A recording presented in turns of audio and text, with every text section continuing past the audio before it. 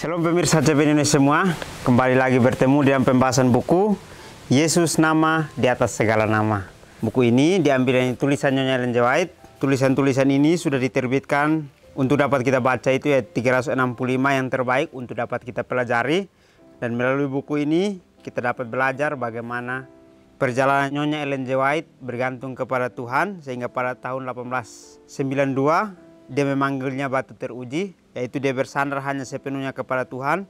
Dia mungkin merasa bahwa hidupnya akan mengalami banyak tantangan, tetapi dia bersama dengan Tuhan dia akan bisa hadapinya. Sehingga pada saat dia mengambil keputusan ini, dia percaya bahwa Tuhan akan memberikan yang terbaik pada saat dia bersandar kepada Tuhan. Bacaan kita kali ini judulnya Teladan Ilahi. Ayat intinya terambil dalam Lukas 12 ayat 12. Sebab pada saat itu juga Roh Kudus akan mengajar kamu yang harus kamu katakan. Hamba-hamba Kristus akan dibawa menghadap orang-orang besar yang mungkin tidak akan pernah mendengar Injil kalau bukan dengan jalan ini. Kebenaran telah disalah-tafsirkan kepada orang-orang seperti ini. Mereka telah mendengar tuduhan palsu yang berhubungan dengan iman murid-murid Kristus. Sering sekali mereka bermaksud hanya mempelajari sifat yang sesungguhnya, yakni kesaksian orang-orang yang dibawa kepada pengadilan karena iman mereka. Dalam pemeriksaan itu mereka diharuskan menjawab, lalu hakim-hakim mereka mendengarkan kesaksian itu. Rahmat Tuhan akan diberikan kepada hamba-hambanya untuk menghadapi keadaan darurat semacam ini. Itu akan dikaruniakan kepadamu, kata Yesus. Pada saat itu juga, karena bukan kamu yang berkata-kata, melainkan Roh Bapakmu, Dia yang akan berkata-kata di dalam kamu. Jikalau Roh Tuhan menerangi pikiran hamba-hambanya, maka kebenaran itu akan dikemukakan di dalam kuasa ilahi dan keindahannya. Orang-orang yang menolak kebenaran akan berdiri menuduh dan menindas murid-murid itu. Tetapi di bawah kerugian dan penderitaan, bahkan sampai kepada kematian pun, anak-anak Tuhan harus menunjukkan kelemah lembutan teladan ilahi. Dengan demikian akan jelas perbedaan antara agen-agen setan dan wakil-wakil Kristus. Juru selamat akan diagungkan di hadapan para penguasa dan orang banyak. Baik, pelajaran kita dikatakan bahwa kita akan mendapatkan terang ilahi, tetapi terang ilahi itu akan ada dalam hati kita masing-masing. Dan dialah yang akan menuntun kita untuk melakukan sesuatu. Seperti di dalam ayat inti dikatakan bahwa sebab pada saat itu juga Roh Kudus akan mengajar kamu apa yang harus kamu katakan. Jadi pada saat kita berjalan bersama dengan Tuhan, mungkin kita merasa bahwa diri kita belum bisa untuk melakukan pekerjaan itu. Tetapi pada saat kita bersandar kepada Tuhan, maka Dia akan memberitahukan kepada kita hikmat untuk kita bisa lakukan sesuatu. Jadi sesuatu yang kita pikir mungkin tidak bisa untuk kita lakukan, bersama dengan Tuhan Dia akan membuat mujizatnya nyata di dalam kehidupan kita masing-masing. Hamba-hamba Kristus akan dibawa menghadap orang-orang besar yang mungkin tidak akan pernah mendengar Injil kalau bukan dengan jalan ini. Jadi jalan bersama dengan Tuhan, Tuhan akan mempertemukan kita dengan orang-orang yang mungkin tidak pernah kenal akan Injil, tetapi Tuhan akan membuat bagaimana caranya supaya semua orang yang tidak mengenal Injil itu bisa untuk kita beritahukan akan jalannya. Jadi janji Tuhan sangat luar biasa. Kita tidak bisa apa-apa, tetapi pada saat kita bersandar kepadanya, Dia akan mengajarkan kepada kita, Dia akan memberikan hikmat kepada kita untuk kita bisa mengajarkan kepada orang-orang besar ini. Kebenaran telah disalah tafsirkan kepada orang seperti ini. Jadi seringkali orang berpikir bahwa membawa dirinya sendiri untuk memberitahukan Injil adalah cara yang bagus. Tetapi tanpa disadari bahwa pada saat kita ingin untuk memberitakan Injil, kita harus libatkan Tuhan dulu terlebih dahulu di dalam kehidupan kita. Barulah kebenaran itu akan ada, sehingga pada saat kita pergi untuk mengabarkan, kebenaran itu dapat diterima oleh semua orang. Mereka telah mendengar tuduhan palsu yang berhubungan dengan iman murid-murid Kristus. Dan seringkali kita mendengar banyak sekali orang yang tidak mau menerima kebenaran karena sudah memiliki pikiran yang mungkin selama ini didengar adalah merusak akan iman mereka. Tetapi kita ingat di sini bahwa semua tuduhan itu, kalau kita tidak bertemu dengan orangnya secara langsung untuk melihat bagaimana Tuhan memberikan hikmat kepada dia, maka kita tidak bisa untuk mengambil satu tindakan atau mengambil satu pemikiran yang untuk tidak menerima dia. Tetapi marilah kita melihat bahwa hubungan dia dengan Tuhan itu seperti apa, sehingga dapat kita menilai, dapat kita mengambil kesimpulan bahwa orang ini adalah orang yang pengikut setan atau pengikut Tuhan sendiri. Sering sekali mereka bermaksud hanya mempelajari sifat yang sesungguhnya, yakni kesaksian orang-orang dibawa kepada pengadilan karena iman mereka. Jadi banyak sekali orang yang ingin hanya untuk mengetahui kesaksian saja. Tetapi pada saat mereka diminta untuk melakukan kesaksian itu, mereka tidak menginginkan kesaksian itu ada dalam kehidupan mereka. Kehidupan kita sehari-hari pun sama seperti itu. Pada saat kita melihat Tuhan memberikan mujizat itu untuk dia lakukan dalam kehidupan kita, dia mau supaya kita ikut untuk melakukan sesuatu hal yang sesuai dengan kehendaknya. Tetapi seringkali kita menolak, kita tidak mau untuk mengikuti sesuai dengan apa yang Tuhan inginkan. Kita mungkin seringkali ragu sehingga kita mengatakan bahwa ini bukan karunia saya, tetapi di sini dikatakan bahwa Tuhan akan mengaruniakan kepada kita. Pada saat itu juga kita meminta, Tuhan akan memberikannya. Karena bukan kamu yang berkata-kata, melainkan roh Bapamu. Dialah yang akan berkata-kata di dalam kamu. Jika roh Tuhan menerangi pikiran hamba-hambanya, maka kebenaran itu akan dikemukakan dalam kuasa ilahi dan keindahan. Jadi sangat menarik dikatakan di sini ya. Pada saat kita mengatakan kita tidak dikaruniai oleh Roh Kudus, tetapi pada saat itu kita minta, maka dia akan memberikan karunia itu kepada kita. Sehingga pada saat kita diberikan karunia itu, bukan kitalah yang berkata-kata, melainkan roh Bapa kita sendiri yang berkata-kata. Sehingga dialah yang akan menunjukkan bahwa kebenaran itu seperti kuasa ilahi dan keindahan yang harus dirasakan oleh semua orang.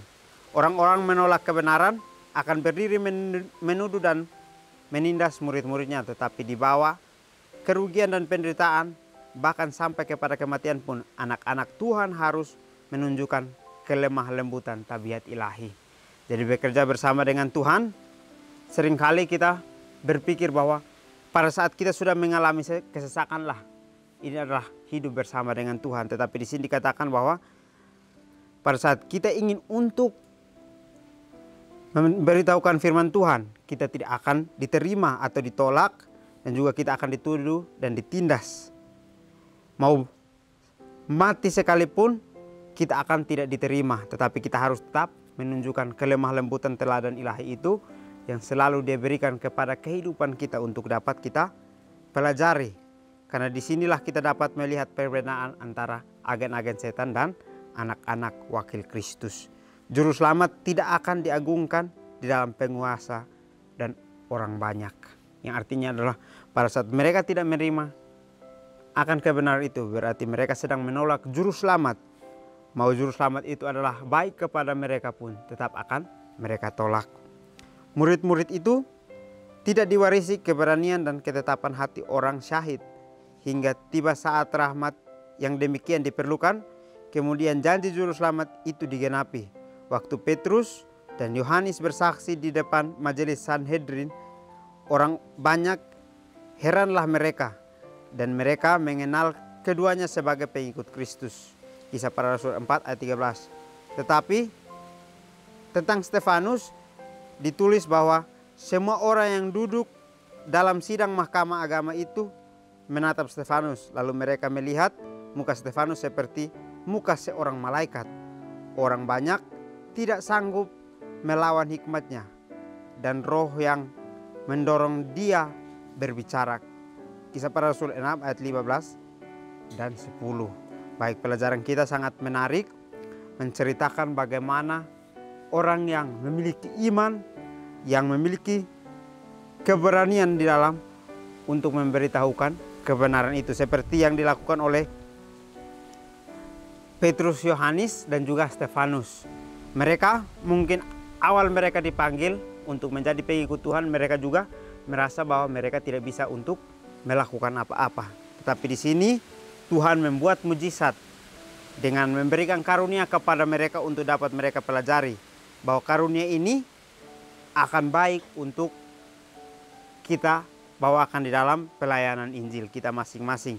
Jadi waktu Petrus dan Yohanes bersaksi di majelis Sanhedrin, banyak orang heran karena mereka melihat bahwa selama ini mereka tidak bisa berbicara seperti yang dilakukan sekarang. Tetapi karena kasih Tuhan, mereka diberikan kesempatan untuk memberitahukan kebenaran yang sesungguh-sungguhnya kepada orang-orang di depan majelis Sanhedrin, supaya mereka dapat melihat bahwa keduanya sebagai pengikut Kristus, di mana mereka disanggupkan oleh karena kuasa Tuhan. Begitupun dengan Stefanus pada saat dia di dalam sidang mahkamah agama. Pada saat itu juga banyak orang melihat bahwa muka seorang malaikat ada di dalam hati Stefanus. Di dalam muka Stefanus berarti adalah dia dipenuhi dengan kemuliaan untuk menunjukkan kepada banyak orang bahwa orang banyak tidak sanggup untuk melihat hikmat dari Roh yang mendorong dia untuk berbicara, atau Tuhan menyanggupkan dia untuk berbicara sesuai dengan kebenaran, sehingga pada saat semua orang melihat akan apa yang diucapkannya, ini adalah hikmat yang datang dari Tuhan sendiri. Hamba-hamba Kristus tidak mempunyai persiapan pidato yang akan diucapkan waktu dibawa ke pengadilan. Persiapan mereka harus diadakan dari hari ke hari dalam menyimpan permata-permata kebenaran firman Tuhan, dan oleh doa menguatkan iman mereka. Apabila mereka dihadapkan ke pengadilan, Roh Kudus akan mengingatkan mereka kepada kebenaran yang sangat diperlukan itu. Alfa Omega Jilid 5 halaman 381 dan 382. Renungkan lebih dalam.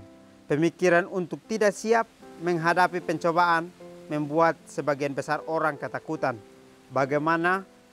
Bagaimanakah mempercayai Tuhan dalam hal-hal kecil mempersiapkan saya untuk mempercayai Dia dalam momen-momen besar pada kehidupan ini?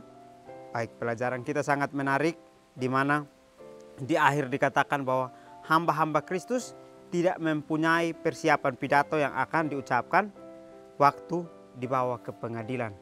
Atau kita pada saat ingin untuk membicarakan sesuatu tentang kebenaran itu, dikatakan di sini bahwa bukan tidak mempunyai persiapan pidato.